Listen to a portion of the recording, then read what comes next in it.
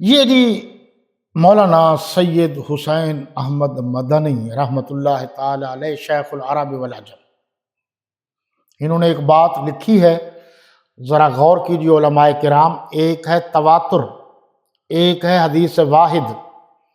کسی حدیث واحد سے تواتر، کسی حدیث واحد سے تواتر یعنی قرآن مجید کی آیت کو جھٹلایا نہیں جا سکتا۔ علمی بات کر رہا ہوں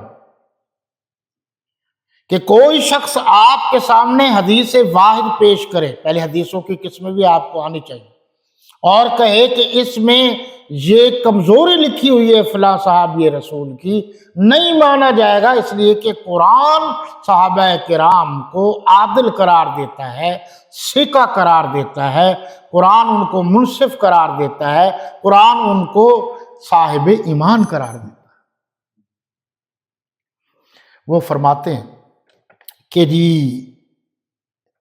جناب ان کے مدرسے دارالعلوم دیوبند میں خط آیا، یہ حیدرآباد دکن کے نوابوں نے خط لکھا۔ مولانا سید حسین احمد مدنی رحمۃ اللہ تعالی علیہ کو جمعے کو چھٹی ہوتی تھی اور وہ فرنگی اور انگریزوں کے خلاف تقریریں کرتے تھے۔ انگریز کو اس سے بڑی تکلیف تھی، اس نے پوچھا کے حیدرآباد وہ خط جب آیا تو اس وقت جو محتمم تھے وہ مولانا قاری محمد طیب قاسمی صاحب تھے، دارالعلوم دیوبند کے محتمم۔ انہوں نے حکیمانہ انداز میں خط کا جواب دیا کہ ابھی تو ہم ان کو ہفتے میں ایک دن چھٹی دیتے ہیں اور آپ تنگ ہیں، اگر ہم نے 7 دن چھٹی دے دی تو آپ جو کہتے ہیں کہ ہم نے یعنی فارغ کر دیا، تو فارغ ہو جائیں گے مدرسے سے، تو 7 دن کے 7 دن فارغ ہوں گے، پھر آپ کے خلاف تقریریں کریں گے، پھر آپ کیا کرو گے؟ یہ حکیمانہ جواب تھا۔ کچھ دنوں بعد شیخ العرب والعجم حضرت مولانا سید حسین احمد مدنی رحمۃ اللہ تعالی علیہ کو پتہ چلا تو وہ دفتر تشریف لائے، دیوبند کے دفتر تشریف لائے اور پوچھا کہ سنا اس طرح کا خط آیا ہے۔ حضرت مولانا قاری محمد طیب قاسمی رحمۃ اللہ تعالی علیہ نے دونوں خط ان کے سامنے رکھ دیے، جو حیدرآباد دکن کے نوابوں کی طرف سے جو آیا تھا وہ بھی، اور جو انہوں نے جواب دیا تھا وہ بھی۔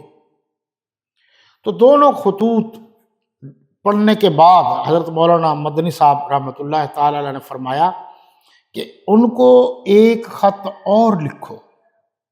وہ خوددار لوگ ایسے نہیں ہوتے۔ کن کو؟ حیدرآباد دکن کے نوابوں کو، کہ آج تک جتنا آپ نے ہمارے مدرسے کو فنڈ دیا ہے اس کی تفصیلات بھیج دیجئے اور ہم سے وہ پیسے لے لیجئے، ہم مدرسے کے قوانین اور ضوابط میں کسی قسم کی تبدیلی نہیں لا سکتے۔ جب اس طرح کی خودداری ہوگی تو پھر خوددار شاگرد پیدا ہوتے ہیں، قابل مدرسے میں قابل شاگرد پیدا ہوتے ہیں، نکمے اداروں میں نکمے پیدا ہوتے ہیں۔ تو خودداری سیکھنی ہو تو علماء اہل سنت دیوبند سے سیکھیے، باقی انشاءاللہ زندگی رہی تو آئندہ صحیح۔